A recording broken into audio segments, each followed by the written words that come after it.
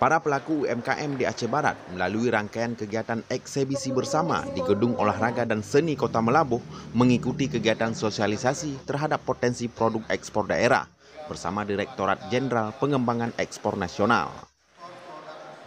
Sosialisasi yang dihadiri oleh Direktur Pengembangan Ekspor Produk Primer dan Kepala Dinas Perdagangan Perindustrian Koperasi dan UMKM Aceh Barat dan anggota Komisi 6 DPR RI serta para pelaku UMKM dan mahasiswa.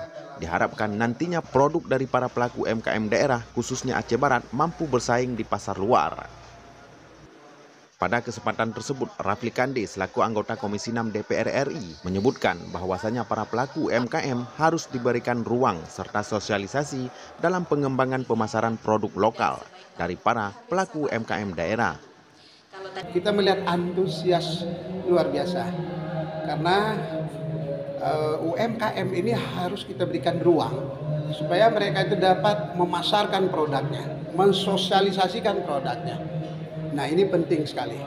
Bahwa yang harus kita cermati hari ini bagaimana lingkungan terdekat itu bisa memenuhi kebutuhan lingkungan tersebut. Memenuhi kebutuhan lingkungan yang ada. Ini pertama sekali. Mengikuti kegiatan UMKM ini kan lebih kenali potensi produk ekspor daerah. Jadi setelah saya mengikuti itu saya mengerti bahwasanya banyak sumber-sumber daya alam yang ada di Aceh Barat ini yang memang bisa kita ekspor keluar. Tidak hanya selama ini kan kita hanya tahu impor saja dari luar ke daerah kita. Kegiatan yang berlangsung selama 6 hari ke depan diharapkan juga dapat menjadi satu wadah sebagai media interaksi perdagangan bagi para pelaku UMKM di Kabupaten Aceh Barat.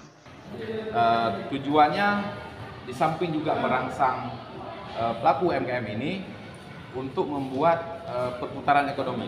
Coba lihat misal dari kegiatan yang besar ini, mulai dari parkirnya, mulai dari penjual sampai wahana-wahana yang ada di sini.